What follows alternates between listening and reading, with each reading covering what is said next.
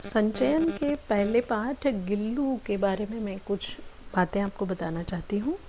इस पाठ में लेखिका महादेवी वर्मा जी ने एक छोटे चंचल जीव गिलहरी के प्रति अपने प्रेम को झलकता हुआ दिखाया है। उन्होंने इस पाठ में उसके विभिन्न क्रियाकलापों और लेखिका के प्रति उसके प्रेम से हमें अवगत कराया है। उन्होंने गिलहरी जैसे लघु जीव का, उसके जीवन का बड़े अच्छे ढंग से चित्रण किया है। थोड़ी सी बातें इस पाठ की मैं आपको बताती हूँ। एक दिन लेखिका की नज़र बरामदे में गिलहरी के एक छोटे से बच्चे पर पड़ी, जो शायद घोंसले से गिर गया होगा, जिसे दो कौवे मिलकर अपना शिकार बनाने की तैयारी में थे। लेखिका गिलहरी के बच्चे को उठाकर अपने रूम में ले गई और कौवे की चोंच से घायल बच्चे का मरहम पट्टी किया। कई घंटों के उपचार के बाद मुंह में एक बूंद पानी टपकाया जा सका। तीसरे दिन वह इतना अच्छा हो गया कि लेखिका की उंगली अपने पंजों से पकड़ने लगा।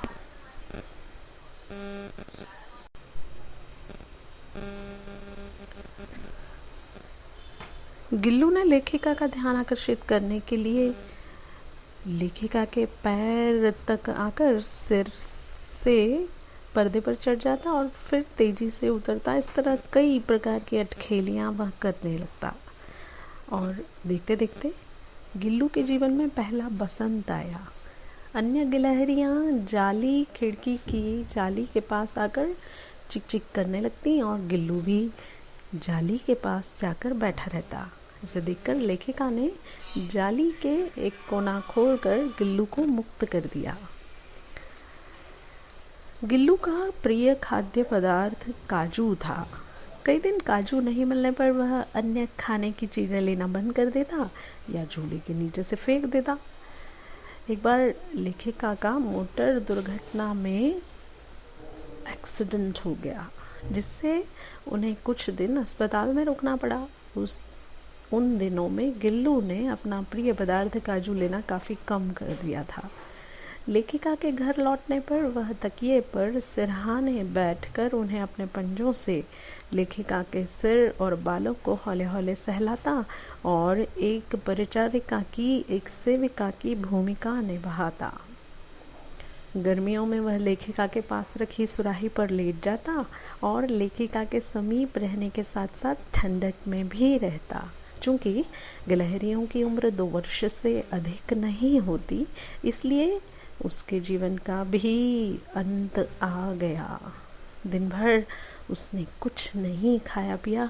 रात में वह झूले से उतरकर लेखिका के बिस्तर पर आया और ठंडे पंजों से उनकी उंगलियां पकड़कर चिपक गया।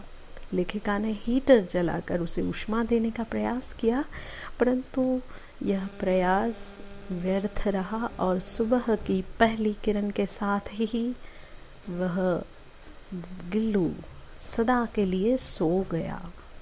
लेखिका ने उसे सोन जूही की लता के नीचे समाधि दी।